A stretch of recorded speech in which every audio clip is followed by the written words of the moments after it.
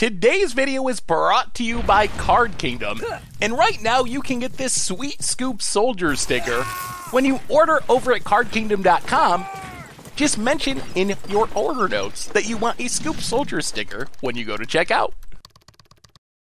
Hello everyone, I'm Seth, probably better known as Saffron Olive, and we got a super sweet video today. We have the full Theros Beyond Death set, which means it's time to talk about what these cards can do in various formats, and today is Pioneer Day, our newest format, and to talk about the 10 best Pioneer cards from Theros Beyond Death, I'm joined by Krim. How's it going today, Krim? Hello, Seth.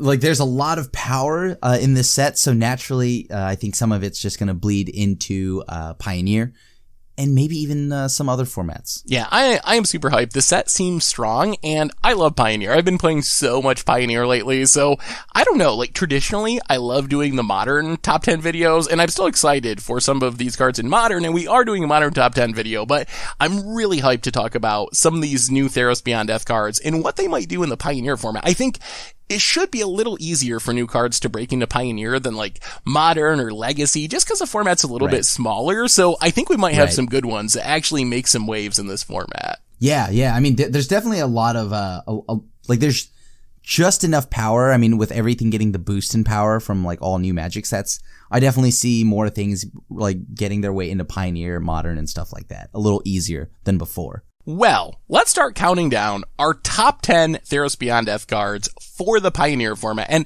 coming in at number 10 on our list, we have a simple little removal spell. Drag to the Underworld, potentially 2-mana murder if you have a couple of Black Devotion on the battlefield. What do you want to do with this one in Pioneer, Krim? I think I can think of a deck that's really popular in Pioneer, Mono Black. This just feels like it can definitely go in potentially even as a playset, right? I mean, you play a bunch of cheap 1-drops that add to your devotion. So you've already got like everything you need in the deck to make this pretty much cost 2 mana. Obviously, like by turn 3, you'll have it online as a 2-mana removal spell. And I think that's just good enough, right? Yeah, I definitely think that makes a lot of sense for like Mono Black Aggro or Mono Black Devotion, and I'm really hyped up for this card, mostly because the early game removal or the 2-mana removal in Pioneer, a little bit questionable. Fatal Push isn't as good without fetch land, so sometimes you get like a Steel Leaf Champion or a Yorvo, some big 3-drop, and you're like, oh, I can't kill this thing. Drag to the Underworld solves that problem, and it kills like Galtas and huge things that dodge all the removal, so just being like, kill anything for often 2 mana, I think that's going to be really good in the format. Yeah, like you had mentioned, to add on to that, like with questing beasts running around, and you can't cast down that card or something like that, or this just hits anything, and that is why I'm super high on this card right now.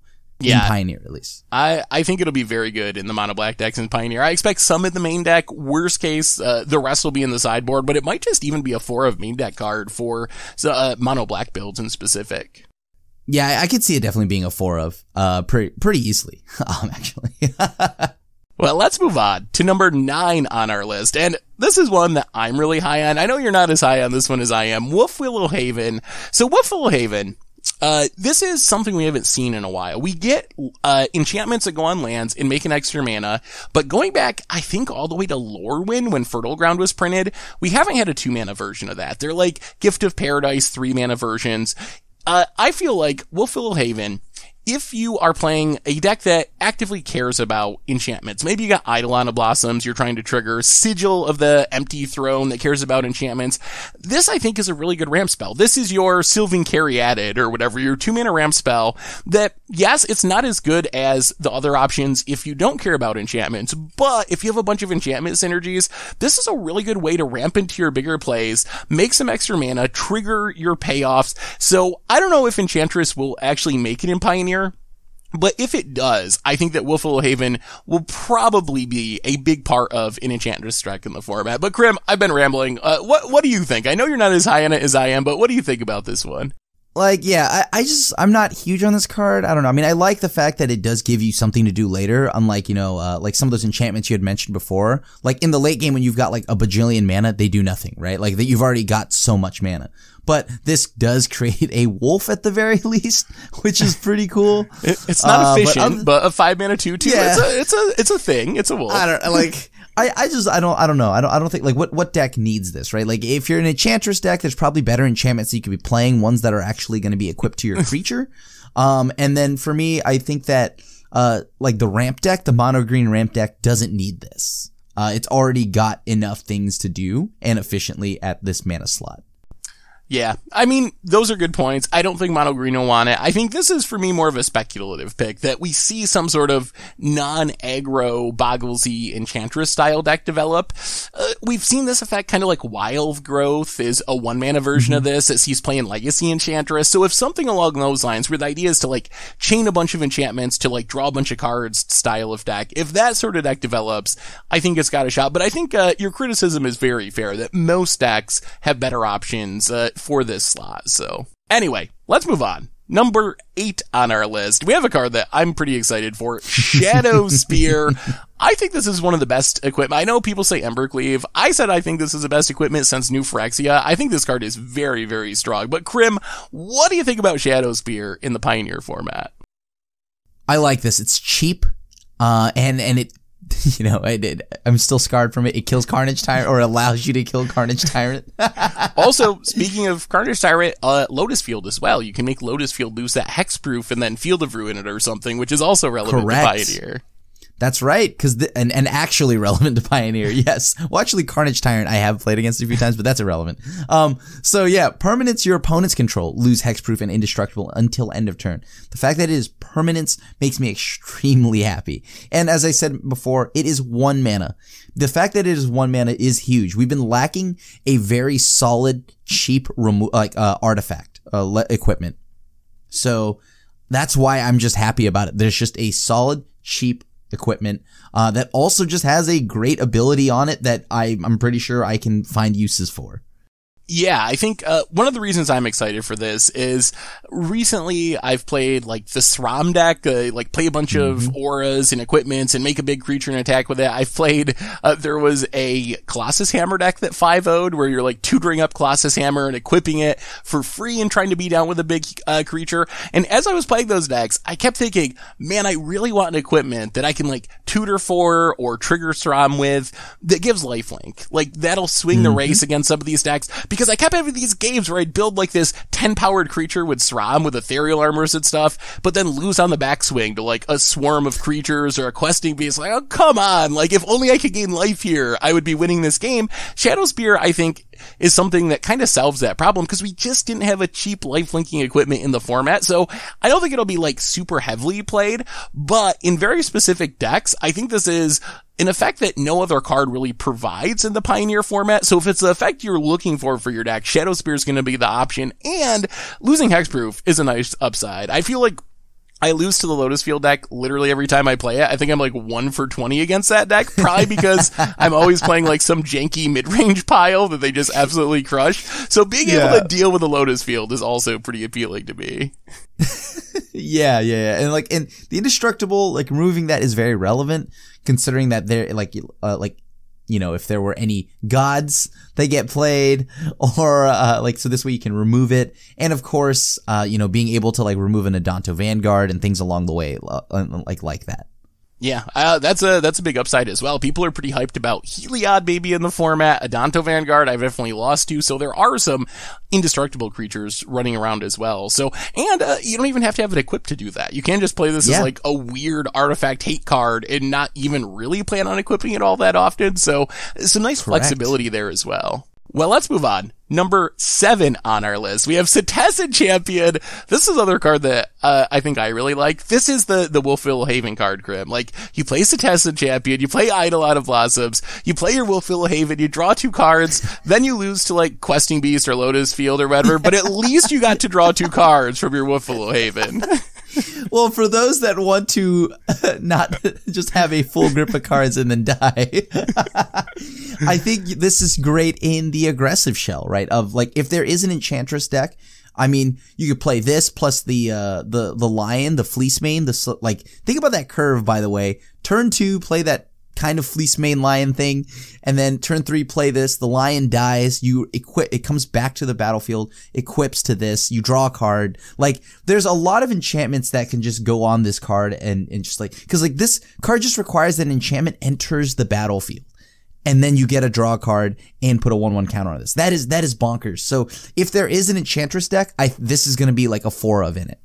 Yeah, I think traditionally Enchantresses, upside is they can draw you lots of cards as you play enchantments. Downside is they're usually like 0/1s or 1/1s. This is an Enchantress that is also going to end up the biggest creature on the battlefield. And I feel like it already has an easy home. Like, I think there are probably decks that we haven't seen yet that can be built around this card, but I feel like this easily slots into like Sram Boggle style decks. Like, this is a backup Sram, you're casting all these enchantments anyway. That's a deck that really wants Sram every game. That's your engine, so you get more copies of Sram, and this is a great creature to load up with enchantments too. It's going to be the biggest thing on the battlefield really quickly. So I think for starters, you can just throw it in Sram and it's going to be really good. And then I think there's other possibilities of Enchantress style decks as well. I like that you actually don't, like you had mentioned, how most Enchantresses are just not really that, they're not a threat, right? They're just there to draw cards. The thing is, you can also just equip other creatures, because this will just become a threat on its own, right? Because it will just grow. You don't need to do anything. And then you just pump some other small dinky creature with all your enchantments. Because once again, it's just enchantment enters the battlefield under your control. It doesn't need to be equipped to this. It feels like it has a little bit of like core Spirit Dancer in it, which is one of the best like modern Boggles cards, in the sense that not only is it drawing you cards, but eventually it's going to get huge, except as you said, Spirit Dancer, you have to, I believe, if I'm remembering Spirit Dancer right, you have to put the auras on it to make it big. It benefits for auras on it, not on anything. Correct. This is like a Spirit Dancer that you can put your auras on your Adanto Vanguard or some indestructible creature that you want to load up and still have this get big too. So I think this card is very, very powerful. I think people maybe forgot about it a little bit because it was one of like the earliest spoilers from the set, and we saw a ton of exciting stuff yet, but I definitely think this card is going to see some play in Pioneer. Agreed. Let's move on to number 6 on our list, and this is another Krim card. This is one that I thought about it. I was like, I think this is like maybe in my honorable mentions, but you really sold me on this card in Pioneer, Krim. So why don't you let the people know what you think about this one in the format? That card that we just saw right before us, by the way, probably plays quite well with this, so you go Bant. But anyways, if you equip this to an Adanto Vanguard, the Vanguard pays for itself if it connects. This is huge because, like you had mentioned, there's not many things that also give lifelink that are solid, like you can kind of enchant or equip to your creature. This gives lifelink, while also making it so that the creature, whenever it deals combat damage to a player, draw a card. This is big because Curious Obsession does require you to sacrifice the enchantment if you did not attack this turn. This allows you to be defensive. It allows you to like actually like, you know, hold back, and then when the time is right, start swinging, right? And you could play this in Azorius Flash, because Azorius Flash, though this does not have instant speed, some of them already play Curious Obsession, right? So why not play something that gives lifelink and doesn't require you to make bad attacks or something like that, so you keep the enchantment. So I'm really high on this card. I think this card is amazing. Yeah, I think if you're playing a deck that has Curious Obsession and you have white mana, this is probably just an upgrade. I've seen like blue-white spirits playing some builds of it, play Curious Obsession. We were talking about SRAM-style Boggles decks with the Adanto Vanguards. Easy inclusion there as well. So I think this card, you're right, it is very powerful. Basically, you're adding 1 mana to your Curious Obsession, but you get so much upside. And Pioneer is a very aggressive format. Like, a lot of matches come down to kind of racing. You're playing your red aggro deck against green aggro or whatever. You run into a lot of these monocolor aggro decks. Loading up an Adanto Vanguard or some other creature with something like Staggering Insight, even just a couple hit or two, is going to be a great way to swing the race in your favor, stay out of burn range or whatever, and hopefully pick up a win. Yeah, there's just that there was already a blue-white kind of like Boggles deck running around for a while in Pioneer, and now I think it just got a huge boost. It got a huge boost in power with this. Well, let's move on Number 5 on our list, we have our friend Kurinos, Hound of Aetherios, and this was on our standard list that you saw a few days ago.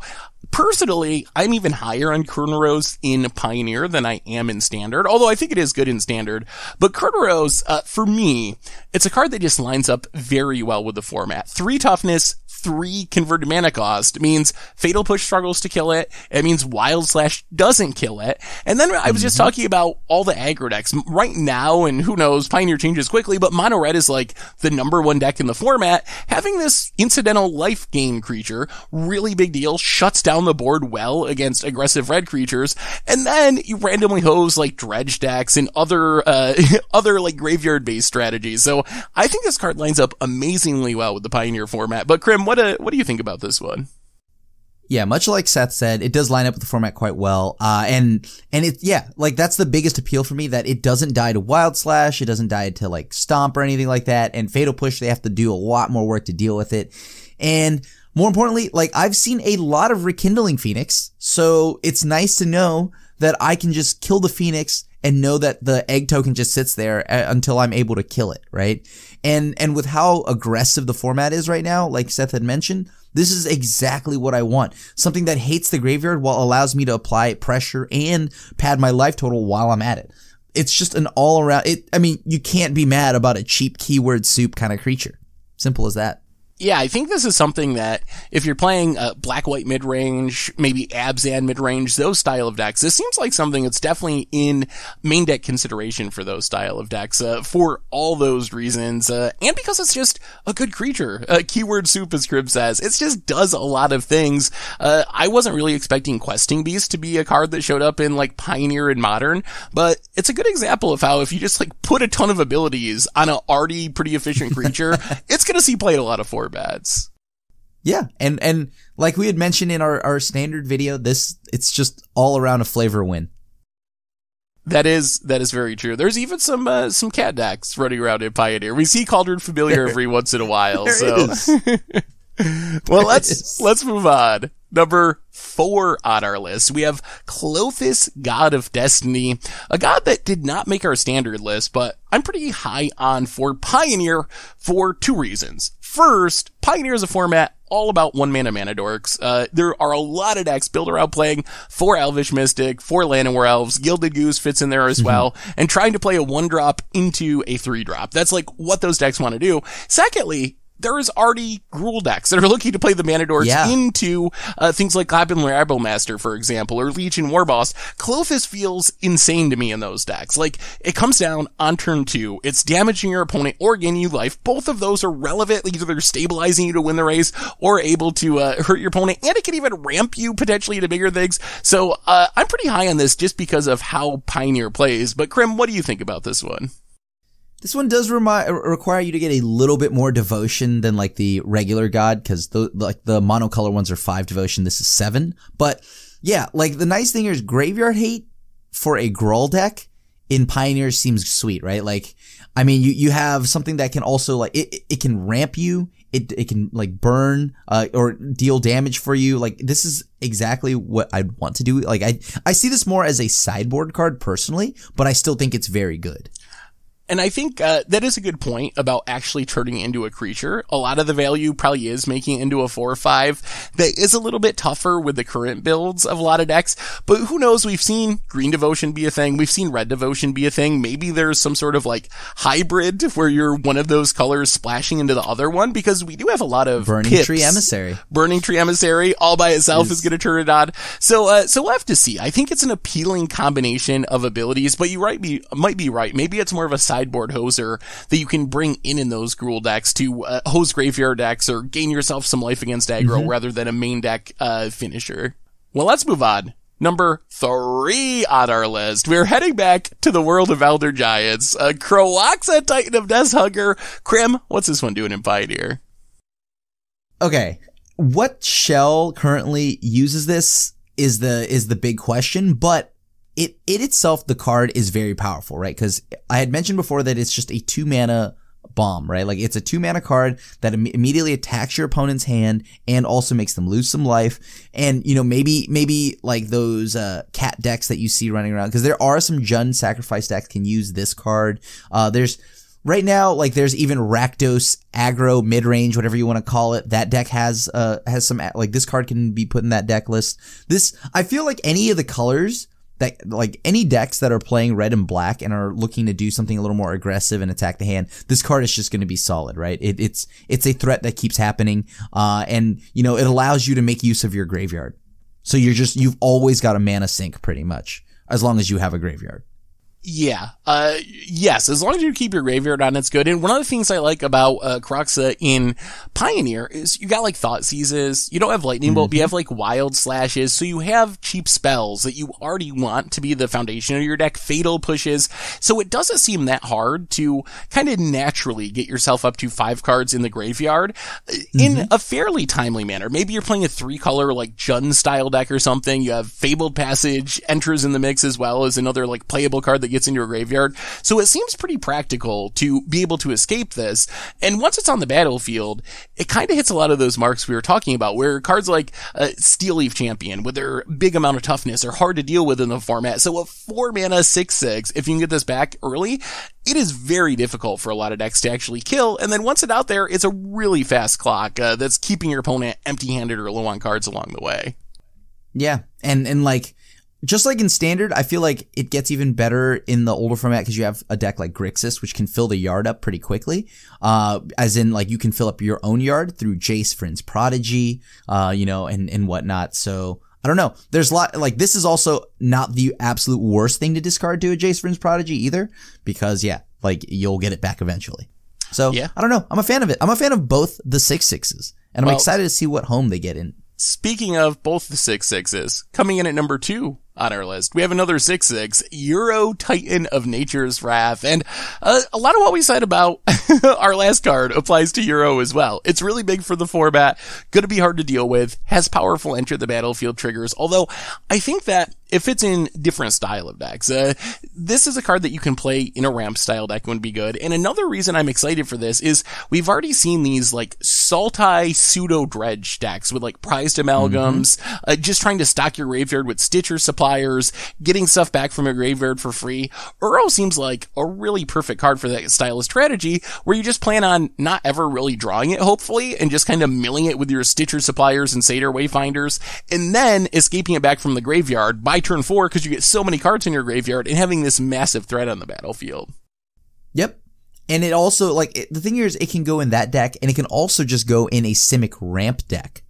So, I've seen a few of those, you know, with the Nissa game plan and whatnot, and now you just have another way to ramp while also eventually getting yourself a bomb later in the game. Yeah, I'm definitely interested. I feel like both of the Elder Giants are probably 2 of the most exciting cards for Pioneer, but they're also going to take a little bit of building around. So I don't really know. There's some homes we've been talking about that seem possible, but I think there's a lot of other possibilities as well. So I expect to see a lot of different takes on both Elder Giants showing up in Pioneer over the next couple of weeks and months. Well, coming in at number 1 on our list, and this is probably not a surprise to anyone, a card that as soon as it was spoiled, people were talking about, is it going to be banned in Pioneer? Is it going to get another card banned in Pioneer? Healy on Suncrown, and this is here for basically one reason. It goes infinite with Walking Ballista. We're not playing like your Johnny Pridemates necessarily and trying to like get incremental life gain value. We're trying to Splinter Twin people out of the game. 2-card combo. What do you think, Krim?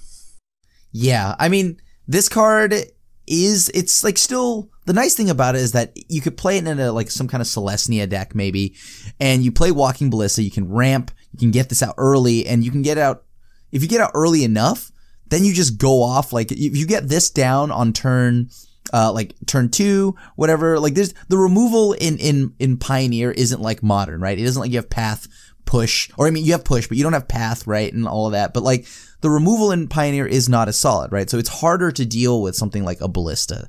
And this card itself will just make it so that you just can win out of nowhere. I'm a fan of it. And it's just powerful enough to grow your own small, like, dinky, like, I don't know, a Llanowar elf or something like that, right? Like, well, okay, just give the Llanowar lifelink, and then now we just start growing the Llanowar elf. It makes all your other small little 1/1s become an actual threat. So it's still just a good enough card on its own.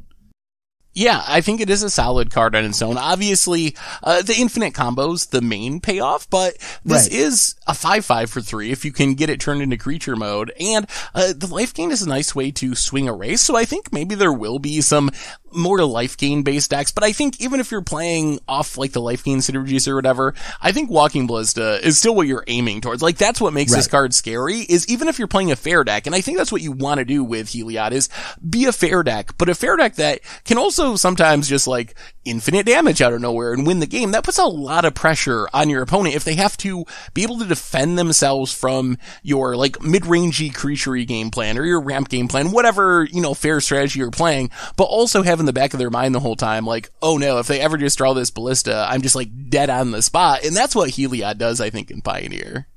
Yeah, that's the biggest draw to Heliod. And like, that's how you win a lot of matchups, right? Especially like against like a control-y deck or something like that. You'll just beat them down with a 1/1 and threaten to turn that 1/1 into like a huge creature. And then once they've exhausted their resources, that's where you just jam the Ballista, right? You make them respect the Ballista, and you might have a grip full of lands. So, who knows? So, Krim, do you think, I'm going to put you on the spot here as we wrap up our video, do you think that Heliod is either going to get itself or Ballista banned in Pioneer? We haven't been able to play it at all yet. This video is being recorded before the cards actually release. Give me your prediction. I still don't know if it'll like get anything banned right now. I don't think that the combo still requires a lot of mana, right? You got to have Ballista be on 2. So that means that's 4 mana. Then you gotta have 2 more mana to give it lifelink. I don't think there is anything that, I do not think it'll get banned or anything banned currently. I'm gonna maybe next set. Maybe next set. So, on the watch list, keep an eye on it, but not immediately. I think I agree with you. If it were, it would be Ballista. I also agree with that. I think we have a pretty long history of the older card that's not a mythic getting banned over the newer card that is a mythic whenever there's a choice with something like this. So, if something did have to be banned, I would guess it was Ballista too. But I agree with you. I don't think it's going to need to be banned immediately, but it's definitely something that players are going to be keeping an eye on. I'm hopeful that maybe it'll just be another good deck in the format rather than like format breaking copycat style deck. But we're going to have to wait and see once people actually start jamming games. We have Players Tour events coming up shortly with Theros Beyond Death cards, so I think that'll be a good test once we get to see those events in a couple of weeks. Right. And I will always say this, anytime you see an infinite combo, be cautious and about, you know, how long you'll be playing that deck for. And on that note, that brings us to the end of our top 10 Theros Beyond Death cards for Pioneer. So, Krim, thanks so much for hanging out and doing this. Thanks for having me. And thank you to everyone for watching. So, we will be back, one more video to come, talking about the top 10 modern cards from Pioneer. So, until then, thanks again for watching. I hope you all enjoyed it, and we will talk to you soon. Thanks for watching the video. If you enjoyed it, help us out by clicking that like button down below. And to keep up on all the latest and greatest, click that subscribe button. And don't forget to hit that bell icon to get alerts whenever we have new videos. And if you want to, check out some of our other sweet videos here and here.